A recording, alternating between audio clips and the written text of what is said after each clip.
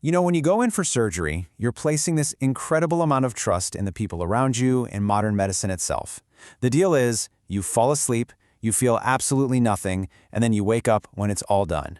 But what happens when that trust is broken in the most horrifying way you can possibly imagine? That right there, that's the experience we're going to explore.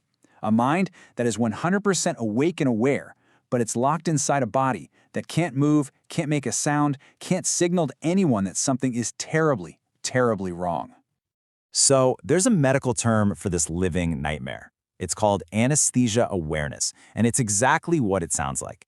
The patient becomes conscious during the operation, but because of the other drugs they've been given, they are completely paralyzed. They can hear everything, they can feel everything, but they are trapped. Now, you might be thinking, okay, that's got to be incredibly rare, right? And it is. Statistically, it happens in maybe 1 or 2 out of every 1,000 surgeries. But here's the thing. When you're that one person, statistics mean absolutely nothing. For you, the experience is total. It's 100%. To really wrap our heads around this, we need to look at the most chilling and well-documented case on record. It's a story that serves as this really grim reminder of what can happen when things go wrong. So, let's meet the man at the heart of this story. His name was Sherman Sizemore. He was a 73-year-old Baptist minister, a man of faith, a family man, and by all accounts, just a gentle soul. He wasn't just a number and a statistic. He was a real person.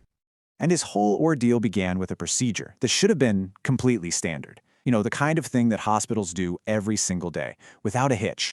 So, back in January of 2006, Sherman went to the hospital for what they called an exploratory surgery. The goal was pretty simple, just figure out what was causing some pain in his stomach. It was supposed to be routine. Okay, so this next part is really important for understanding how this all went so wrong. General anesthesia isn't just one drug. It's usually a cocktail of 3. First up, you get an analgesic, and that's to block any pain. Second, you get a paralytic. This is to keep your body perfectly still, which is obviously crucial for the surgeons. And third, you get the amnestic, the actual general anesthetic, which is what's supposed to make you unconscious, so you have no awareness, no memory of what happens. All 3 have to work together perfectly. But for Sherman Sizemore, they didn't. A catastrophic mistake happened, and it turned a routine procedure into almost half an hour of just unspeakable torture. And here it is, the mistake that changed everything.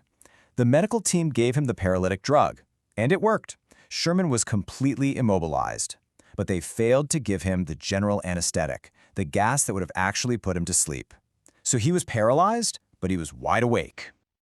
I mean, just look at this. It really shows you the absolute horror of his situation. On the outside, to the doctors and nurses in that room, he looked like the perfect patient. He was still, he was peaceful, his eyes were taped shut. But inside his mind was screaming. He was fully aware of everything and just trapped in this state of pure, unimaginable panic as he figured out what was about to happen. Let's walk through this timeline. At minute 0, the paralytics are given. 13 agonizing minutes go by, and then the surgeon makes the first cut into his abdomen. And Sherman is conscious for all of it. It isn't until 29 minutes into this whole ordeal that the team finally seems to notice something is wrong and gives him the anesthetic. 29 minutes. And according to the legal case his family later filed, this is what he experienced.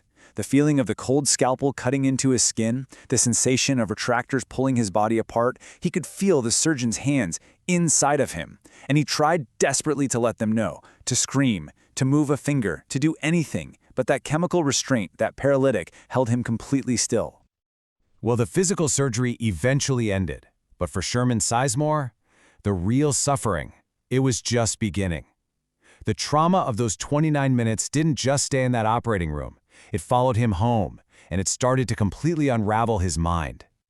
So yes, he survived the operation, but the man who woke up in that recovery room was not the same gentle pastor who went in. He was haunted, he was terrified, confused, and at first, he had no explanation from anyone at the hospital about what had actually happened to him.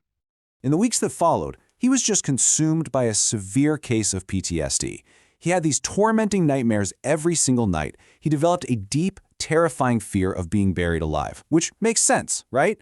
A fear born from being trapped and helpless. He became terrified to even close his eyes because he was afraid he'd wake up on that operating table again. Even when he was safe at home, his family said he would just tell them over and over they were cutting him. For him, the trauma wasn't just a memory. It was a constant, living thing that he just could not escape.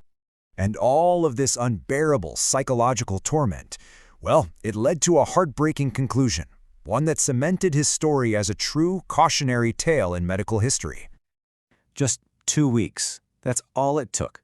2 weeks for the weight of those memories, the constant terror, to become too much for any person to carry. And this timeline, it just lays out the heartbreak so clearly. January 19th, the surgery happens. February 2nd, just a couple of weeks later, Sherman Sizemore took his own life to escape the pain.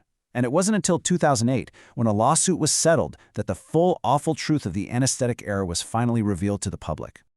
You see, because of that lawsuit and all the documentation that came with it, Sherman Sizemore's story isn't just some tragic anecdote. It is the defining case study for anesthesia awareness.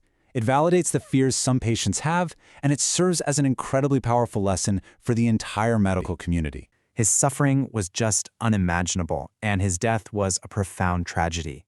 But it forces all of us to ask a really important question. By dragging this rare but catastrophic failure out into the open, his story has, without a doubt, pushed for better safety, more vigilance in operating rooms everywhere. So in the end, how does one man's unbelievable tragedy help protect millions of other people from ever having to experience that same waking nightmare?